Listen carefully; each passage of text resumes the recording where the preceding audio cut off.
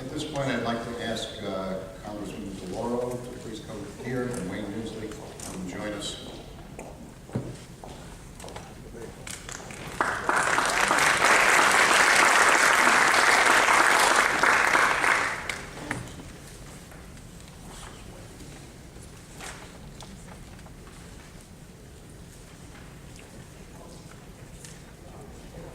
Okay, we were just deciding by lots who goes first and who goes second. So who got number one?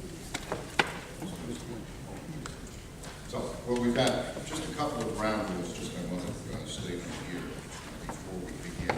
We request that the audience ask questions, no politicking or statements, please. We also request that the audience refrain from applause or any outbursts. And we want to thank you, and we'll let the proceedings begin. So what we have here, first candidate to speak, and they'll make brief remarks and then open the questions from the audience. Wayne Winsley is a motivational speaker, a Republican challenger in the 3rd Congressional District. Mr. Winsley is a former broadcaster, private investigator, and novelist, and a former news anchor at WICC in Bridgeport, WNLK, and WSTC in Norwalk. Mr. Winsley also hosted a talk show on WINE in Danbury. In 2003, he was elected president of the Danbury chapter of the NAACP. Mr. Winsley has also had a successful career as a private investigator, and he published his first novel in 2005, an FBI thriller entitled The Leprechaun Deception. Mr. Wayne Winsley.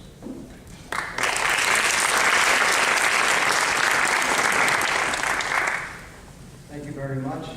Thank you, ladies and gentlemen, for having me. And just want to say, first of all, as you heard from my bio, I've done pretty much everything except run for political office. And last year, I wasn't thinking about running for political office at all. Actually, I was, in the course of my post-broadcasting career, speaking at high schools, colleges, and was really in the course of trying to establish a nonprofit to provide scholarships along with motivation to some of our high school students with a particular focus in some of our non-performing or lower-performing high schools. That's what I was doing. And people began to approach me and say, well, Wayne, that's really good. I like what you're doing, but you might make a bigger and better contribution if you ran for Congress. And my original answer was, yeah, it's nice. Just write a check. They're trying to help kids.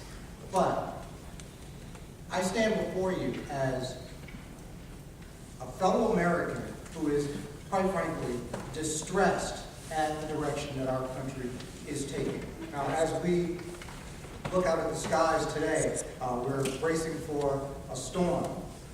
And a lot of us, when we think about a storm coming, one of those things we think about is, well, we might want to invest in a generator in case the power goes out.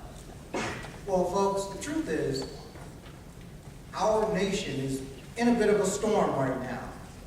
We are running up an avalanche of debt that our children's children won't be able to pay off unless we do something about it. Our economy is in turmoil, and we must do something about that if we're going to protect and save this country that we all love. So, yes, it is time for some generators. We have an election coming up. We've got to go out and we've got to make sure that we have the correct generators in place. We must generate more private sector jobs so that we can begin to help some of the 46 million of our neighbors who are in the food stamp safety net to get back on their feet and back on a payroll. We must generate growth in our small, medium, and even large businesses so that they can begin to grow and hire more of our neighbors again, because for somebody to get off of food stamps and on a payroll, there has to be a job for them to go to. We also have to generate better results from our educational system so that more of our children are fully prepared and educated for the modern workforce. Because as an elected official, sure, we can advocate for companies to locate to our area, but one of the key components is a sustainable flow of properly trained and qualified employees. They are all interconnected. So, I am asking you to consider me as one of those new generators to get our economy, to get our country moving again. My goals, pretty simple, kind of what I already said, to help more of our neighbors get back on their feet, get back on a job, remove some of the barriers of uncertainty for small, medium, and large businesses so that they can grow and hire more of our neighbors and help our children get prepared for the modern workforce.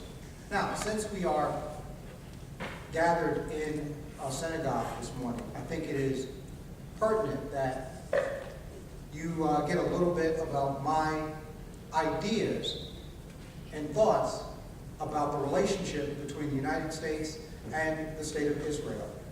And the best way to do that is to give you a little glimpse of something that I was saying about Israel before I was a candidate, before I was running for Congress.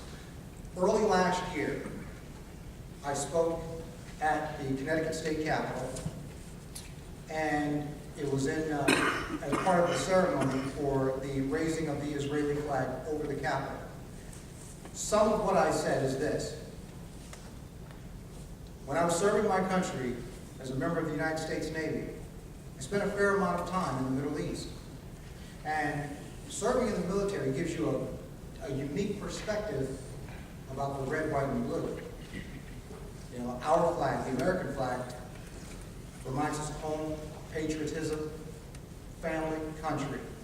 But I also learned something really important about the blue and white.